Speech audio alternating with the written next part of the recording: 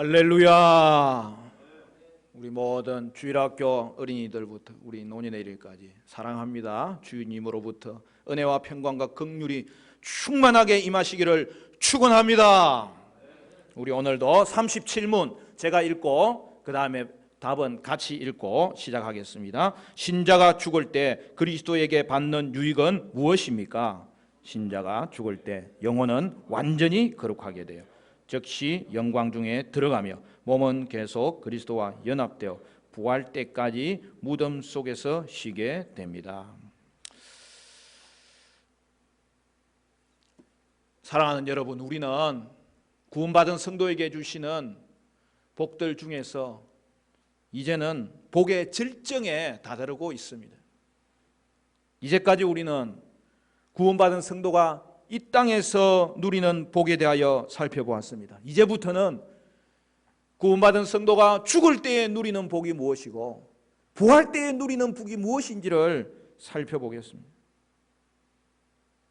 소요리에서 이제부터 다루는 주제는 종말론입니다.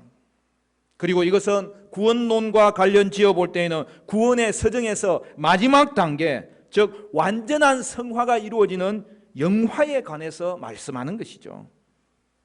오늘은 먼저 성도가 죽을 때에 받는 복이 무엇인지를 함께 나누기를 원합니다. 사랑하는 성도 여러분, 성도에게는 죽음조차 왜 복이 되는 것일까요?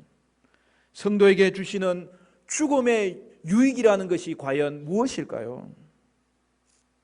여러분, 인간에게는 모두 죽음에 대한 두려움이 있습니다. 왜 그렇습니까? 인간은 누구나 반드시 죽기 때문이지요. 우리는 사랑하는 사람의 죽음 앞에서 슬퍼합니다. 죽음이 우리를 사랑하는 사람과 떼어놓아서 더 이상 함께할 수도 없고 대화할 수도 없기 때문입니다. 죽음은 궁극적으로 우리가 해결해야 될 인생 최대의 과제입니다. 아무리 화려한 인생을 살았다 할지라도 어김없이 찾아오는 이 늙음과 병듦과 죽음 앞에서 우리는 도저히 피할 수가 없는 것이죠. 그러므로 인생 최대의 원수는 죽음입니다. 그러나 사실은 죄로 말미암아 죽음이 왔기 때문에 인생 최대의 원수는 죄인 거예요. 죽음은 하나님이 원래 만드신 게 아닙니다. 사람들은 때로 죽음이 이 세상에서 그냥 자연스러운 삶인 것처럼 생각하는데요, 그렇지 않아요. 죽음은 원래부터가 자연스러운 게 아니에요. 사람이 죽는 것은 죄가 세상에 들어왔기 때문이죠. 아담과 하와가 죄를 범하지 않았더라면 아무도 죽지 않았을 것입니다. 죽음은 죄에서 비롯된 거예요. 하나님은 모든 것을 완벽하게 만드셨어요. 죄와 죽음은 사람 때문에 온 것입니다. 그러면 우리가 죽으면 어떤 일이 일어날까요? 이에 대해서 여러분, 소요리는 이 짧은 두 줄에 해당되지만 너무나 놀랍고 명료하고 명백하게 가르쳐 주는지 몰라요. 저도 성경신학에 관심이 많고 또 조직신학에 관심이 많아서 조직신학에 관한 책들도 많이 읽었지만 우리가 이번에 소요리를 나누면서 새롭게 얻는 게 한두 가지가 아니에요. 한 구절 한 구절이요. 전에 왜 내가 조직신학 그 두꺼운 책을 보면서도 몰랐을까? 여러분, 도리어 소요리는 그것을 어린아이를 위한 교리집으로 만들었기 때문에 더 접근성이 좋아서 새롭게 알게 되는 것 같아요. 첫 번째는 뭡니까? 신자의 영혼은 완전히 거룩하게 되어서 즉시 영광 중에 들어간다는 거예요. 여러분, 죽음이 뭐예요? 죽음은 한마디로 영혼과 육체가 분리되는 거죠. 우리 인간은 두 부분으로 이루어져 있습니다. 하나는 몸이고 하나는 영혼입니다. 우리의 몸은 사람들이 보고 듣고 만지는 부분이에요. 우리는 주변의 세상을 몸으로 보고 듣고 만지는 것입니다. 우리의 영혼은 사람들이 보고 듣고 만질 수 있는 부분이 아니지만 마찬가지로 실제 존재하는 얼마나 중요한 부분인지 몰라요. 우리의 영혼은 생각하고 사랑하고 때로는 미워하는 부분이에요. 영혼은 인격을 포함하기 때문에 여러분, 인격은 우리가 세상의 모든 사람들과 구별되게 만드는 거죠. 그런데 말입니다, 영혼이 없다면 우리의 몸은 살아있지 못합니다. 영혼이 없는 몸은 생각하거나 느끼거나 더 이상 숨을 쉬거나 아무것도 할 수 없는 존재가 됩니다. 즉 사람이 죽으면 영혼이 몸과 분리되는 것이죠. 몸은 예전의 모습처럼 보이지만 속에 있는 영혼이 더 이상 몸에서 남아있지 않는 것입니다. 그러면 영혼은 어디로 갔을까요? 하나님의 백성이 되어 누리는 놀라운 유익이 바로 이것입니다. 우리가 죽을 때에 우리의 영혼은 즉시 영광 중에 들어가는 거예요. 조금도 지체 없이 우리가 곧바로 천국에 들어간다는 뜻입니다. 왜 즉시 영광 중에 들어가는 것일까요? 천국에서 우리가 예수님과 함께 있게 되기 때문입니다. 우리는 예수님을 모든 영광 가운데서 보게 될 것입니다. 오늘 본문 고린도후서 5장 8절의 말씀이 바로 그 내용 아닙니까? 우리 같이 한번 읽어볼까요? 고린도후서 5장 8절 시작. 우리가 담대하여 원하는 바는 차라리 몸을 떠나 주와 함께 있는 그것이라. 여러분, 우리는 죽으면 우리의 영혼이 몸을 떠나서 주와 함께 있는 것이죠. 예수님이 우리를 맞아주시고 우리는 영원히 예수님과 함께 거하며 함께 살아가며 주님과 교제하게 될 것을 말씀하고 있습니다. 그런데 신자는 죄를 용서받았는데 이미 구원받았는데 왜 죽는 것일까요? 여러분, 이런 고민은 누구나 한 번씩 해봤을 것입니다. 왜 그렇죠? 그것은 우리가 죄인으로 태어나기 때문입니다. 여러분, 죄인으로 태어난 자는 반드시 죽는 거죠. 우리가 호흡이 있을 때에는 죽음과 상관없는 자처럼 보이지만 영적으로는 이미 죽은 자죠. 그래서 어떻게 되는 것입니까? 모두가 죄인이기 때문에 살아있는 동안에도 죽음의 정상이 일어나는 거예요. 결국 그에게는 죽음이 이루어지는 거죠. 그러나 성도는 어떻게 되는 것입니까? 성도도 죽음을 맞이하지만 그는 이미 구원받아 생명을 얻게 되었으므로 죽음이 끝이 아니게 되는 거예요. 성도에게는 도리어 죽음이 천국에 들어가는 문인 것이죠. 그러므로 성도는 죽어도 죽는 게 아니게 되는 거죠. 모든 인간은 죽습니다. 성도도 죽습니다. 그러나 성도에게는 도리어 죽음의 때가 즉시 영광의 복으로 들어가는 시간이 되고 문이 되어버리는 거예요. 왜 그렇습니까? 우리 구주 예수 그리스도께서 사망 권세를 깨치고 부활하셨기 때문입니다. 우리가 잘 아는 요한복음 11장 25절 26절 예수께서 이르시되 나는 부활이요 생명이니 나를 믿는 자는 죽어도 살겠고 무릇 살아서 나를 믿는 자는 영원히 죽지 아니하리니 이것을 내가 믿느냐? 우리는 이제 예수님과 연합된 자가 되었으므로 우리 예수님은 우리의 죽음 역시 함께 통과하시는 거예요. 그러므로 성도는 죽음이 도리어 유익이 됩니다. 성도에게는 심판이 없습니다. 빌립보서 1장 21절은 이렇게 말합니다. 이는 내게 사는 것이 그리스도니 죽는 것도 유익함이라. 할렐루야. 죽을 때 여러분, 성도는 죽음조차도 유익하기 때문에 성도의 영혼은 즉시로 영광 중에 들어가고 거기서 몸의 부활을 기다리는 것입니다. 여러분, 두 번째로 오늘 소율이가 가르치는 것은 이 부분은 더 상세합니다.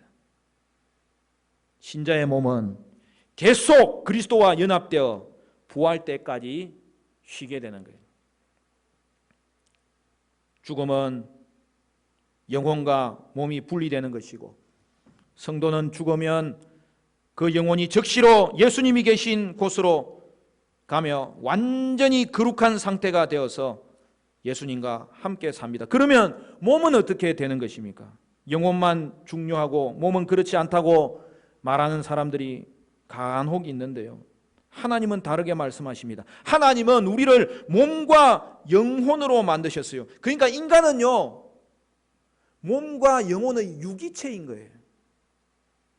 우리의 몸 역시 하나님이 중요하게 여기십니다. 우리가 그리스도와 연합될 때에, 구원받아 그리스도와 연합되게 하실 때에 우리 예수님은 우리의 영혼과 몸 모두 연합되게 하시는 거예요.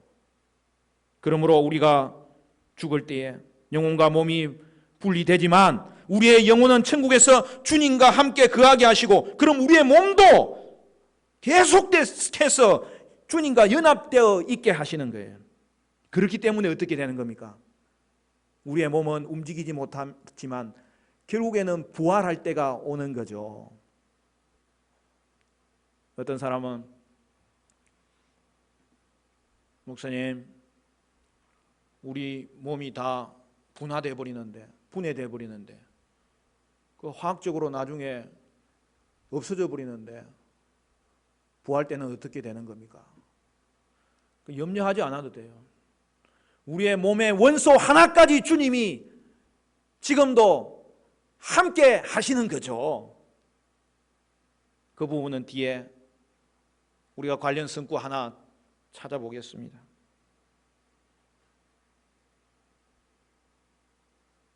여러분,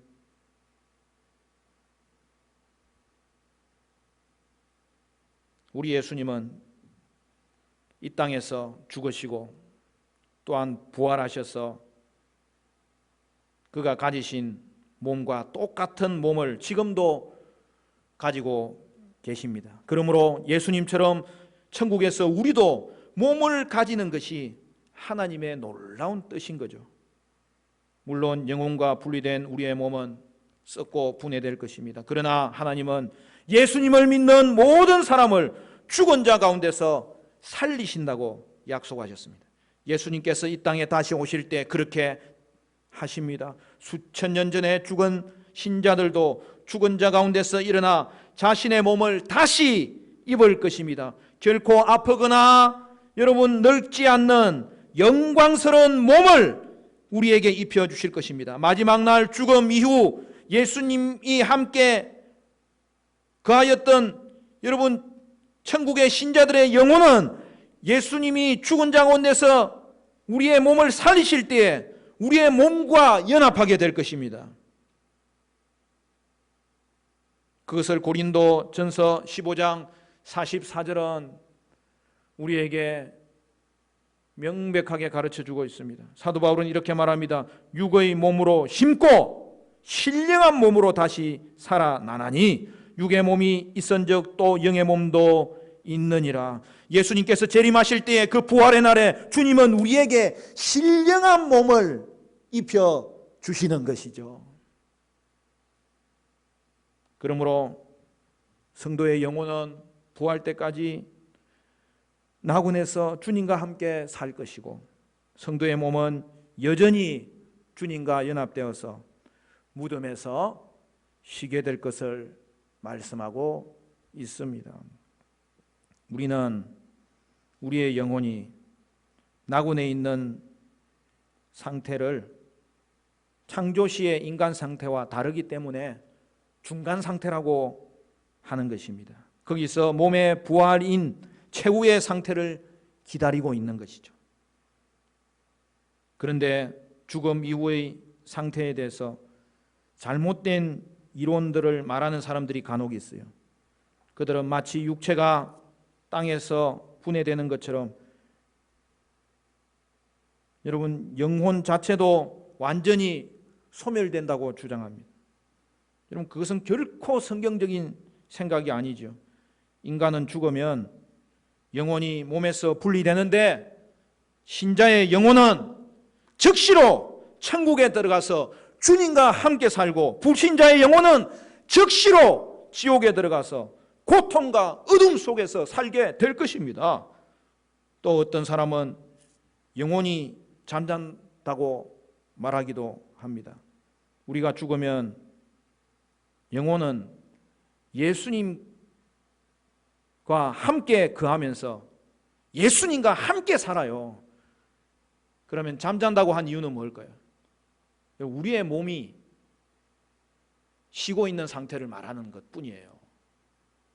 성도는 이 몸도 부활할 몸이기 때문에 잠잔다고 하는 거예요. 그러나 우리의 영혼은 결코 잠잘 수가 없어요. 우리의 몸은 결코 죽을 수가 없어요. 우리의 영혼이 몸과 분리되는 그 순간, 그때부터 예수님과 함께 거하면서 천국 생활을 누리게 되는 것입니다. 우리는 성경이 가르쳐 준 만큼 알기 때문에 그거에 대한 묘사가 어떻게 될지 여러분 더 우리가 설명할 수 없지만은, 그러나 분명한 사실은 우리는 천국에서 우리의 영혼이 주님과 함께 거하며 그 영광스러움을 느끼게 될 것이고, 한없이 찬양하고 기쁘고 복되고, 그 어떤 것도 우리를 이제는 메워 놓을 수 없는 죄에서 완전히 해방된 완전한 거룩함에 이르게 될 것을 오늘 우리에게 말씀하시는 부분이 바로 오늘 우리의 영혼이 주님과 함께 거한다는 내용이지요. 사랑하는 여러분, 우리의 영혼이 천국에 들어가는 것이 왜 중요합니까? 천국에서 우리가 주님과 함께 살게 될 것이기 때문입니다. 여러분, 이 세상이 끝나면 하나님께서 펼쳐주시는 다음 세상은,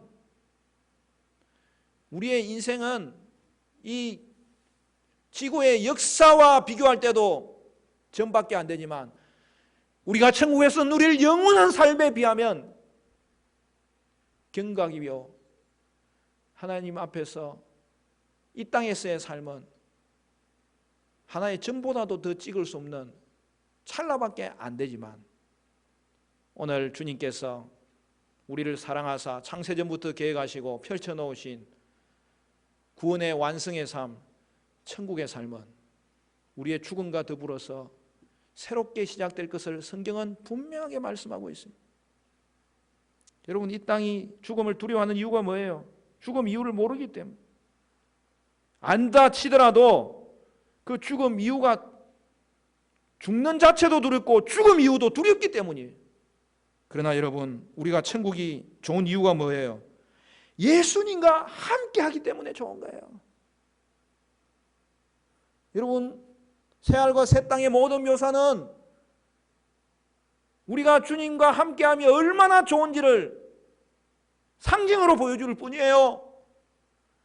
여러분, 우리가 좋은 것은 예수님이 함께 있기 때문에 좋은 것이고, 주님과의 막혔던 담이 이제는 완전히 열려서 우리의 지각이 하나님의 영광을 더 크게 볼 것이고, 우리의 부활된 몸이 그 주님의 거룩하심을 더 많이 경험하게 될 것이고, 성도에게 주신 은혜가 얼마나 놀랍든지 그 은혜를 하나님께서 우리에게 완성시켜 주실 때에는 하나님이 그 은혜를 마음껏 누리라고 우리의 몸까지 새롭게 하여 주시는 그 자리에서 우리는 그 어떤 것보다도 주님을 알고 그 주님의 영화로움을 경험하고 아름다움을 몸과 마음을 통하여 누릴 수 있기 때문에 그 즐거움은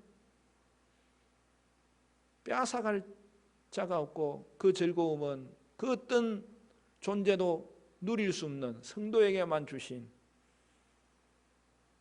내 아들아 내 딸아 주님의 자녀에게만 주시는 놀라운 상속이 허락될 것입니다. 여러분, 이 땅에서 가족과 함께 있는 것보다 친구들과 함께 있는 것보다 천국에서 예수님과 함께 있는 것이 더 좋은 것입니다. 이 땅을 살면서 예수님을 알아가면 알아갈수록 우리는 이 땅에서 지금 경험하는 것보다 예수님과 함께 사는 것을 기대하며 소망하며 살아가게 되는 거예요. 신자가 죽을 때 예수님이 주시는 놀라운 유익이 또 하나 있는데, 그것은 예수님이 즉시로 우리를 완전하게 거룩하게 만드신다는 거죠. 여러분, 이 땅에서는 우리가 매일 죄를 짓습니다. 그래서 우리는 더욱 성령 충만하기를 기도해야 됩니다. 사랑하는 성도 여러분, 우리가 죽어 영혼이 몸을 떠나 예수님께 가면 완전하게 거룩하게 될 상태를 여러분 상상해 보십시오. 우리의 영혼은 더 이상 예수님을 기쁘시게 하지 않는 그 어떤 행위도, 그 어떤 말도, 그 어떤 생각도 전혀 하지 않을 것입니다. 우리의 영혼이 더 이상 죄를 짓지 않을 것입니다. 영화가 될 것입니다. 여러분, 죄 짓지 않는 것이 성도에게는 얼마나 간절한 소망입니까? 그런데 천국에서 완전히 거룩해지는 우리의 소원이 이루어지는 그날에 저와 여러분에게 주실 이 유익은 세상이 주는 유익과 완전히 다른 차원인 거죠. 사랑하는 성도 여러분, 여러분 이제 소망이 생기지 않습니까? 아담이 범죄한 이후에 사람들은 죽음을 두려워하였습니다. 아니면 죽음을 회피합니다. 그러나 주 예수를 믿는 자는 두려워할 것이 없습니다. 성도는 모든 인생이 가장 두려워하는 원수 죽음의 문제를 해결하였습니다. 할렐루야! 죽어서 더 큰 복을 받는 사람이 성도입니다. 죽어서 최고의 복을 받는 사람이 성도입니다. 그러므로 성도는 죽어도 죽는 게 아닙니다. 죽음은 영화에 이르는 놀라운 은혜의 통로입니다. 그래서 사도 바울은 죽음조차 사모하였어요. 이 땅에 있는 것이 성도에게는 유익하지만 차라리 세상을 떠나서 자신에게는 그리스도와 함께 있는 것을 훨씬 더 좋게 여겼습니다. 빌립보서 1장 22절부터 나오는 말씀에 그는 이렇게 고백합니다. 그러나 만일 육신으로 사는 이것이 내 일의 열매일진데 무엇을 택해야 할는지 나는 알지 못하노라. 내가 이 둘 사이에 끼었으니 차라리 세상을 떠나서 그리스도와 함께 있는 것이 훨씬 더 좋은 일이라. 그렇게 하고 싶으나 내가 육신으로 있는 것이 너희를 위하여 더 유익하니라. 말씀을 맺겠습니다. 사랑하는 성도 여러분, 이 땅에서 우리에게 생명 주실 때에는 하나님이 우리에게 사명 감당하라고 주신 줄로 알고 주께 충성하며 하나님의 성도를 섬기시기를 바라고, 또한 죽어 세상 떠날 때에는 영화롭게 되어서 예수님과 영원히 살게 될 것이므로 여러분에게는 죽음조차 큰 유익이 될 것임을 여러분 기억하셔서 이 땅에서 참된 소망을 빼앗기지 아니하고 살아가는 복된 성도 여러분 되시기를 주님의 이름으로 간절히 축원합니다.